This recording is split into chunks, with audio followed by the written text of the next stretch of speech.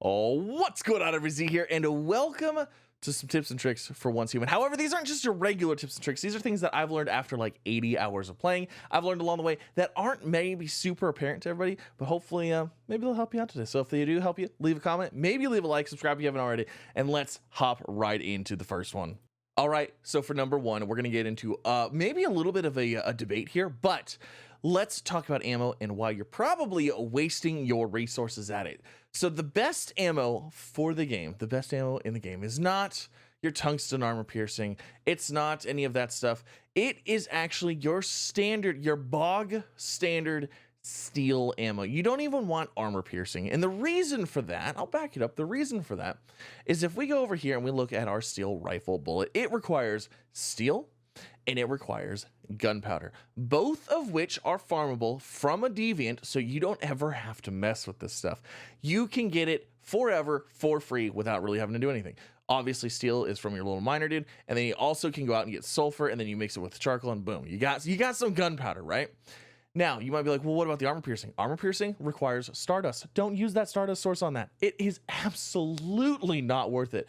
Way too expensive. Now, you might be like, well, what about tungsten, right? Tungsten is just tungsten and gunpowder. No, tungsten is not just tungsten and gunpowder. Tungsten is tungsten and acid. An even more no-no resource that you don't want to use on your bullets. Use your bullets to get acid. Don't use your acid to get bullets. That's silly. Don't do it. It doesn't make that much of a difference. And to prove that, I can't really prove it, but I don't use anything but steel regular ammo. I've done the Forsaken Giant, I've done the Research Lab on Pro, I've done all that stuff. Absolutely no issue. So just use your regular steel ingot, your regular steel bullets.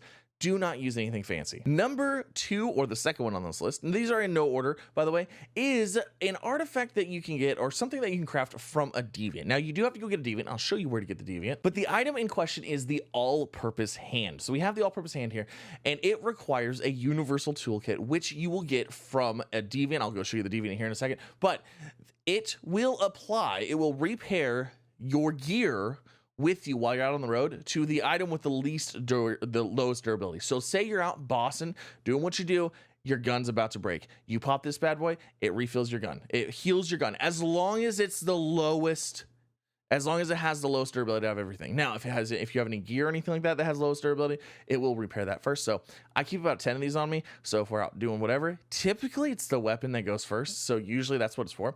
Now, some confusion with this, it does not work on weapons that you pick up from bosses, from things that you did not craft. It does not repair those, so it's still, there's no way to repair those. It is what it is. And the other thing is, depending on what item you use, for this fourth slot, it doesn't change anything. You can use platinum, iridium, vanadium crystals, beryllium. It doesn't change anything. It doesn't change the level at which it will repair. From what I've seen, I've used them all, and I've never seen a difference. So I typically go with whatever I have most of. So be it. Now, like I said, the deviant you get this from is actually this guy right here. It is the all-purpose hand. It's this robotic looking hand deal. Now, you're gonna get that from a couple locations, one of which, I'll have it on screen right now, one of which is a Scorcher, and there's a couple spots for these, but the one that I'm talking about is in Greywater. It's by the Hearst Mills, I believe is what it's called, or wherever. I'll have it on the screen, like I said. Or the other option where I got mine is actually from an elite in Blackfeld, the city, I think it's called the Weather Channel. That is actually where I picked up mine, and I was also gifted another one. So this is actually where you get those universal toolkits. So you just come in here, you claim them, you get them whenever you need them, and then you go make your universal toolkits. It's amazing. Now, those toolkits are more expensive than repairing your gear at your bench, but that's the trade-off for being able to do it out on the road. So don't use them while you're at home. Use them in a pinch. All right, so for number three, this is a 2-for-1. We're gonna talk about food and drink. We're gonna talk about two things that you should probably be using by now. You can use them relatively early in the game. If you can't, then just wait till your later game. Then this will apply then. But there are two things you should be using for your food and your water, and those are as follows. You want something that is prepared. You want something that is canned, so you don't have to worry about the shelf life. So you have a couple options. You have canned lunch meat. So basically, as soon as you get access to aluminum, which I believe is like the third or fourth area, I can't remember exactly. You get access to aluminum, you can now start making canned lunch meat. So you can use deer meat, beast meat, pork meat, roast, rabbit, goat, whatever. And what's nice about these is that they have little bonuses with them. So if you use deer, you get a stamina boost, If you use beast, you don't get anything, so don't use that one. Pork gives you a max HP plus 50. So on and so forth. So you can check these out yourself. I usually typically use deer meat because that's just, you have deer everywhere. You need the hide anyway. So I usually get that there. And it gives you an HP boost, increases max character HP by 10% for 1800 seconds, which is super amazing. Now, you can take this one step further, especially if you are running a shrapnel build. Take this one step further. Add one more super easy ingredient, canned meat. Canned meat, regardless of what meat you choose, you will increase character shrapnel damage by 20%. 20% damage increase to shrapnel builds. Amazing. Now, if you're not using that and you're using other builds, I would just stick with the canned lunch meat, or you could probably use something else that might be a little bit easier, but these start using vegetables and stuff like that. So I think the canned lunch meat's also easy because guess what? You still use deer that you have everywhere. The only thing it requires is salt. In order to get salt, you go to the ocean and then you come into here and you click salt and you make like a ton of them. And it's just super easy. So you just go collect salt water, bring it here, make salt. So you basically sit there once, grab a ton of salt water, bring it here, do it once, you're done. That's your food. Canned lunch meat never expires. You get XP bonus, or you get bonuses.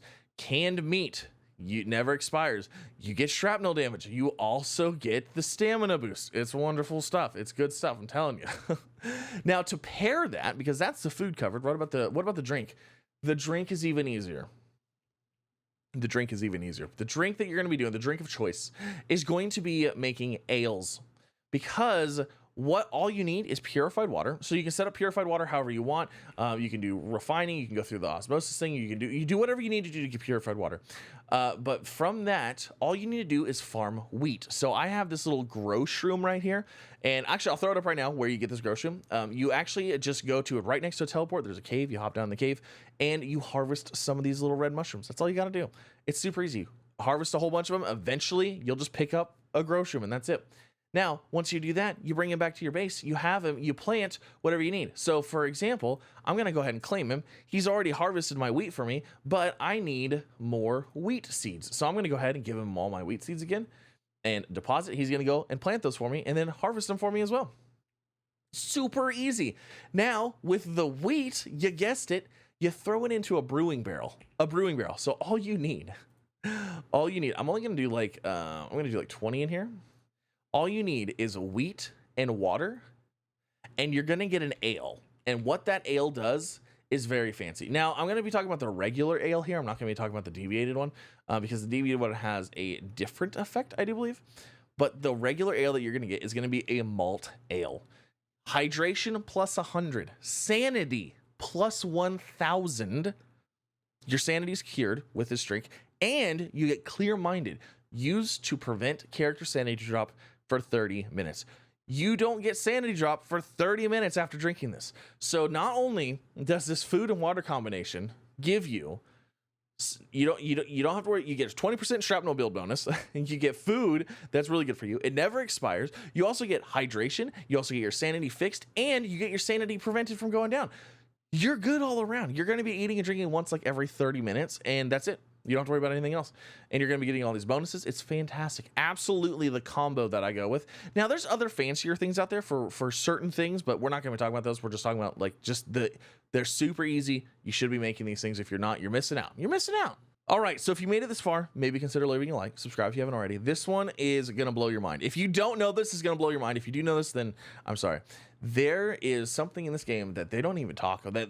I never even heard anywhere that they said anything about this. I am to the point where I am basically fully shrapnel build. Basically, all I have to do is get my blueprints up, and I wanted to play with another build. Guess what? There's actually a button for that. If you hit H, if you hit save, it brings up loadout presets. That's right, loadout presets. So now, if I want to play with that frosty SMG that everybody's talking about, that they're playing with, I can click on this, and I can hit F, and I can gear that right away. Boom, I'm fully geared for my frost build now. This changes your weapons, this changes your mods, this changes your cradle, this changes all of your stuff to the stuff that you saved it before. Now, it's like, you know what, never mind, I want to go mob it, I want to go do some shrapnel build stuff, whatever, cool, guess what? Let's gear right back, boom, done. That's it, that's all I did, nothing. All the mods, all the gear, all the cradle stuff, exactly back to you on it. I don't know why this is. I didn't know about this for the first 80 hours I was playing. It's amazing. So fantastic. If this one was the one, leave a comment. I want to know how many people. Maybe I was just alone. Maybe I'm a slow learner. You know, it could be. It very well could be. All right, so we're gonna talk about one more, and then we're gonna have a wrap up of like just bonus stuff. So the last one, and one of the biggest ones that I think a lot of people don't realize earlier in the game, is if we go to the map, we can see that there are Prim Wars everywhere, right? You see these Prim Wars, and the thing with these is they kind of have a connotation that they're really hard, right? They're really hard to do, but if you can, you know, they're really fun. They're really good. If you just wait till one is started and you see a decent amount of people there, I would say like 5+, you know, maybe go in, hop in, see how many people join, and see how it goes. But in the Prim Wars, there are there's different rates or different, like how good you do. How many points you get during the thing depends on the crates that you get. So if you get 1,000 crates, for example, for this one, you get all 3 of these crates. You get all 3 of these every single time. Every single time you do this Prim War, you can get these crates over and over and over and over again. You can only get the Star Crom the first time, but you can get these crates over and over and over again. Now, this is where I find it worth it to spend some resources to make some magic happen here. Try to get that 1,000 points. Try to make it happen. And the way to do that, you can do it by just building defenses that get destroyed. As long as the defenses that you're building at the Prim Wars get destroyed, you get tons of points for that. It's amazing. However, building defenses that don't get destroyed, they don't get you anything. So, and a lot of the places already are maxed out, so I don't rely on it too much. But the thing that can help you out the most, if you are to that point, is actually the biomass missile. Now, the biomass missile, it might sound expensive at first. I know it did for me, but it really only is 15 steel, super easy to get. Your deviations get that for you. Stardust source, which you probably have a ton of by now, and barreled premium fuel. Again, that sounds expensive, but I don't use this for anything other than nothing. I literally don't ever use it for anything except for this. So using these 3 resources, take like 10 of them into battle with you, depending on the difficulty too. Maybe you need 20 to take 10, take 5. Throw a couple of these at the, get on the Gatling gun, shoot a couple of these at the boss, take down that shield a little bit, you're going to get points super fast. Now, in order to use those, they kind of go hand in hand. I'm going to talk about the mimetic that you're going to need. In order to unlock that, you are going to need to go to the house tab here and you can scroll down, and you're going to look for close defense 1. That's going to give you access to the close defense turret 1, and it's going to give you access to the biomass missile. These are used together. You use the close defense turret at the Prim War to shoot these at the big boss. Now, if there's none there and you need to build your own, what I recommend is, if you are going to go to a Prim War and you're expecting to go to Prim War, go to your base, grab, go into your build mode, whatever you need to do, go into your facilities, your defense, and pick your Gatling cannon, whichever one you want. I recommend using tier 2 if you can. The biomass missile does 10,500 damage out of a Gatling cannon tier 1, and it does 15,000 damage out of a tier 2. Just grab one, place it down, and then hit R to demolish. Those resources then go to your inventory.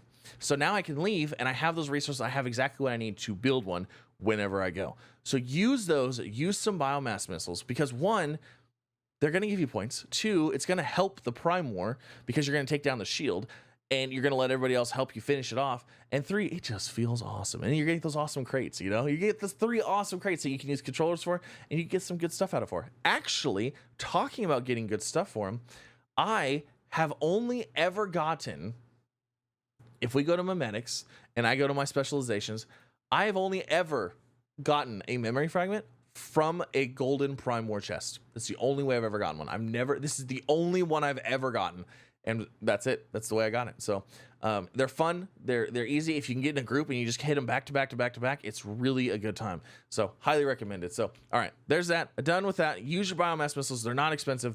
They're worth it. Use your stuff. The last thing, and I'm gonna go over this very quickly. I get a lot of comments on that. The wipe. Let's talk about the wipe. Are you worried about the wipe? Because I'm not. And the reason I'm not is because the only things you're losing, I'm going to say the only things you're losing is your inventory. That's it.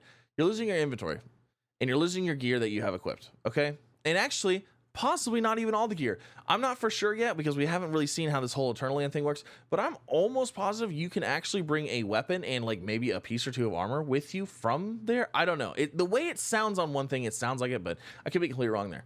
but you're keeping all of your blueprints. You're keeping everything you unlocked. So basically, what I have going on right now for my build, I have a full shrapnel build. I have everything I need for the shrapnel build, which means day one, I go into my crafting bench and I can craft. I can craft this guy again. I can just craft him tier 1. I can go in and I craft all of my armor again, tier 1. I can have my full shrapnel build again, tier 1 right away. I don't have to worry about anything. Now, is it going to be doing as much damage? No, absolutely not.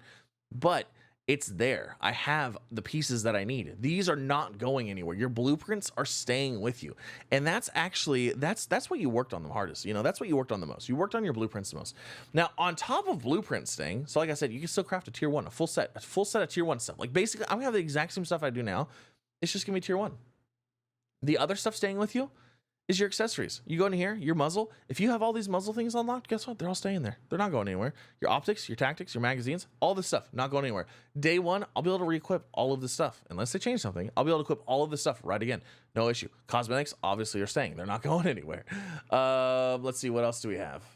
There's a whole bunch of stuff. There's a lot more stuff staying than leaving, and I think a lot of people are worried about it that don't need to be worried about it. Also, what we're excited about is now that we have the blueprints, right? So like, okay, I'm going to start the game again with a full shrapnel build. Doesn't that sound a little overpowered? Yes. Or is it going to be more difficult? Are we going to be going to a new area of the map that's harder? Because right now we're on a novice server. So we are on the beginner level server. When we started the game, it said it was a novice. We said Manuous novice, right? Is it going to be a harder one? Are we going to need those builds to progress? Are we going to need to be having blueprints before having a character going into season 2? I don't know. I'm excited though. I'm very excited. Now, another question I want to answer, because I'm just assuming this. I haven't like had it clarified anywhere, but I'm just gonna say that from game standpoint and from how games work, I can't see this working any other way. If you're playing right now and you're on week 2, you are not gonna reset the same time everybody else's does. Every server is gonna play through every week. And then you're going to reset. Your server's going to reset at the end. That's what's going to happen. Because you're playing through a story here. And I believe that a new dawn, actually, you know what, the time of this video coming out, this is probably unlocked now. A new dawn, I believe, is going to be going to unlocking everything you need for your Eternal Land stuff, because there's some things in there, there's some resources that we don't have yet, we don't have access to yet. So I believe those are going to be in there. That's going to prepare us for the end of the server, for the end of this wipe, if you will, for the next one. So yeah, very excited about that. But yes, if you're on week 2, your server is going to go all the way through. You shouldn't have any issues. And honestly, if you're just hopping in now and you're on week 5, week 6, who cares? Hop in, have fun, go get what blueprints you can. Don't worry about maxing out level. You don't need to. Just go get whatever blueprints you want. Go have fun, learn the game, learn some things here and there. You can come back next season and be ready to go. It's a good time. But that's going to end it. Thank you so much for coming out. Hopefully some of these helped. If they did, leave a comment. Let me know. If they didn't, leave a comment. Let me know. I guess if they didn't help, I mean, yeah, let me know. I don't care. Let me know either way. Yeah, I guess see you guys in the next one. Bye, everybody.